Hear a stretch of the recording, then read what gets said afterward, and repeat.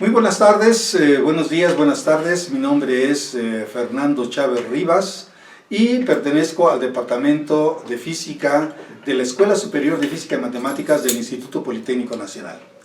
Les voy a presentar un trabajo relacionado con un catalizador, una muestra que contiene dos átomos, de ahí el nombre bimetálico. El título de la plática es Estudio del material bimetálico níquel-cobre-mordenita, el cual lo vamos a caracterizar por las espectroscopías ultravioleta visible y la espectroscopía infrarroja a transformada de Fourier acoplada a la molécula de sondeo de óxido de carbono.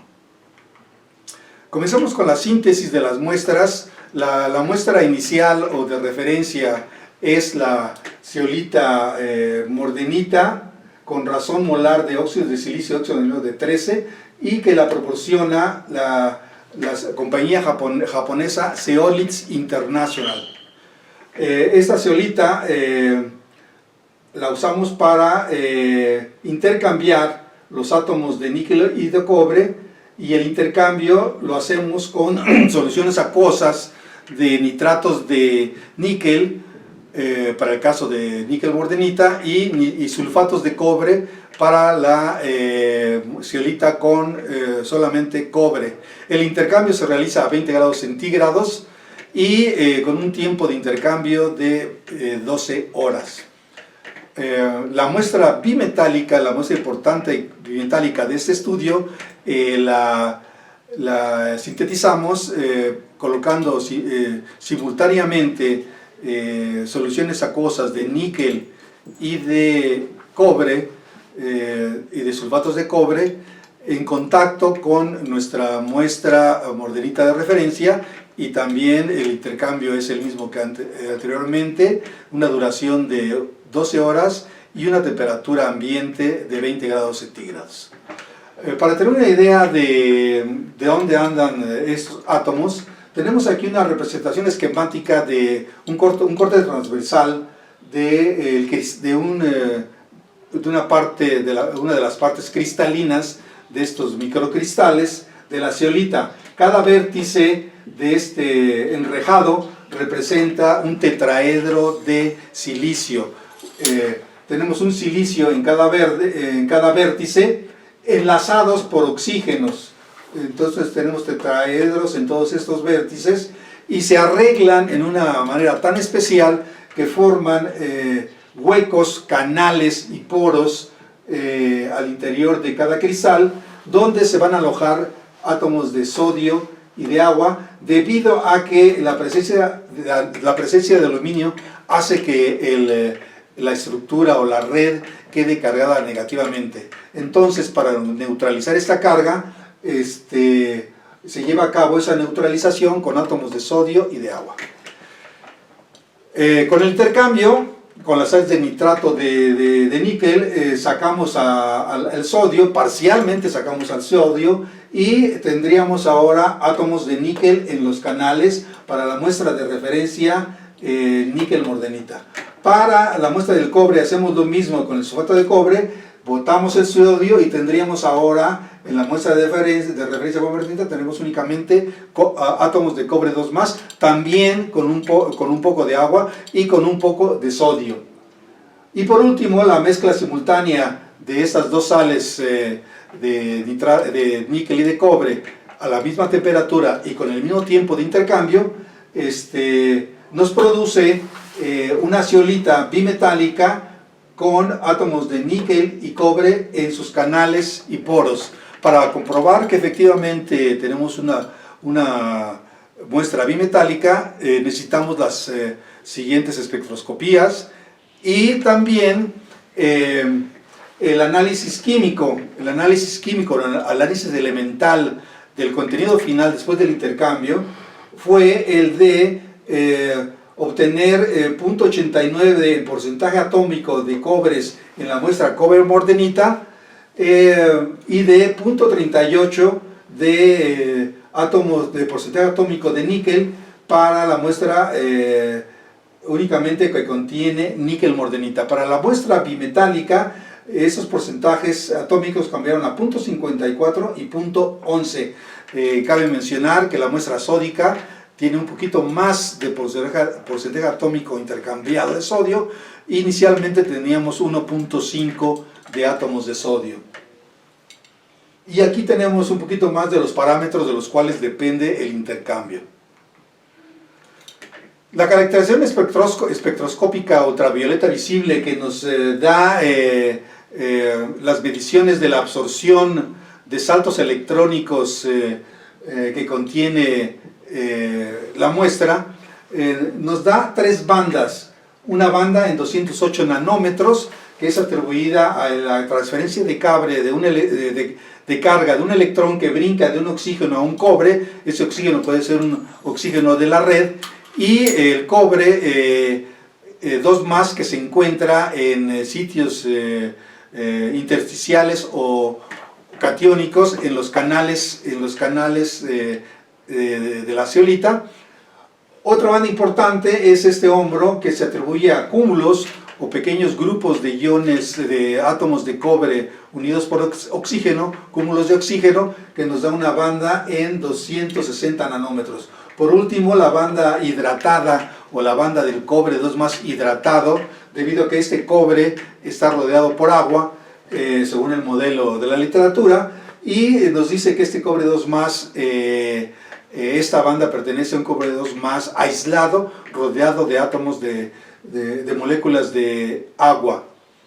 Para el níquel también es una muestra hidratada, y se observa que nos da una señal precisamente de un níquel 2+ hidratado, dado que tenemos tres bandas de características de un ion níquel 2+ rodeado de 6 moléculas de agua que forman un campo cristalino que descompone los niveles electrónicos del átomo de níquel. Por último, nuestra muestra bimetálica es muy similar a la muestra de referencia únicamente con cobre. No se ve una influencia de las bandas del níquel en la muestra del cobre, quizás porque es muy pequeña la absorbancia del níquel, pero vemos que hay un cambio en las intensidades de las bandas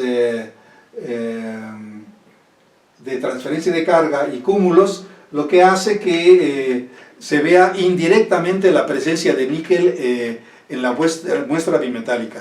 Sin embargo, una espectroscopía más precisa, o que nos da un poco más de información, es la espectroscopía infrarroja, cuando enviamos óxido de carbono,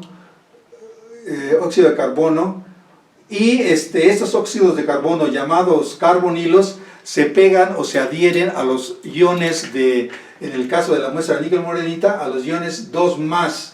Estos se encuentran en la literatura, y se ha establecido que estas dos bandas pertenecen al níquel 2+, que tiene adherido, se dice que forma un aducto de CO sobre el níquel 2+, y que están aislados. Entonces es importante porque nos dice que tenemos níqueles 2+ aislados. Y en el caso de la muestra de referencia cobre-mordenita, en este caso tenemos tres espectros, uno a altas presiones de CO. Para altas presiones tenemos tres bandas de carbonilos. Es decir, cada átomo de cobre es capaz de absorber o adherírsele tres moléculas de CO. Es una característica muy importante porque nos hace ver que el cobre 2+ tiene una facilidad muy grande de adherencia de moléculas de CO, porque su valencia está libre, tiene una coordinancia no saturada.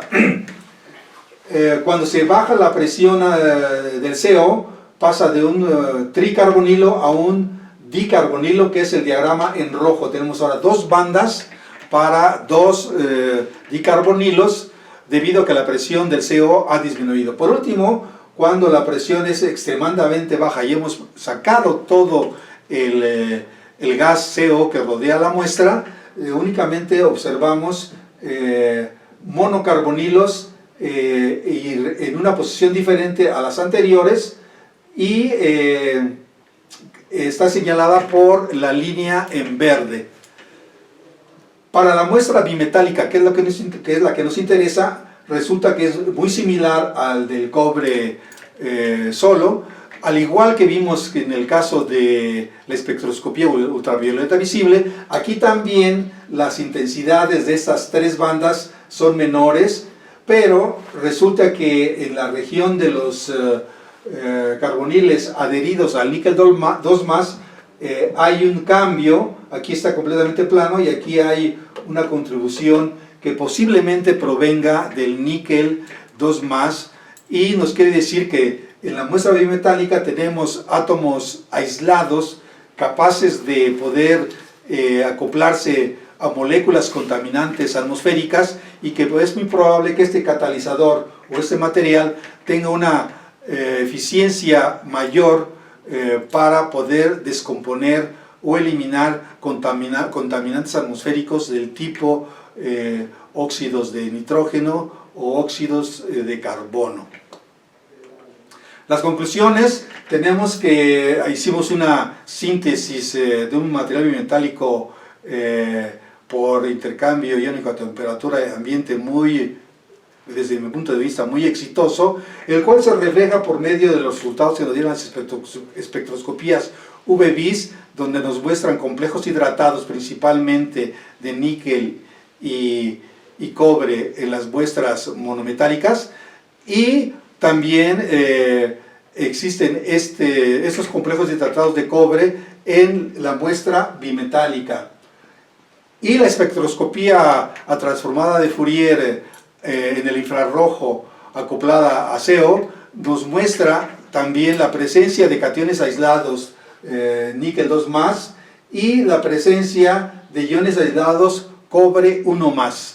Y eso quiere decir que nuestro catalizador, nuestra muestra bimetálica, ha sido exitosamente intercambiada, dándonos esencialmente átomos aislados necesarios para ser probados como un catalizador que pueda disminuir los contaminantes ambientales.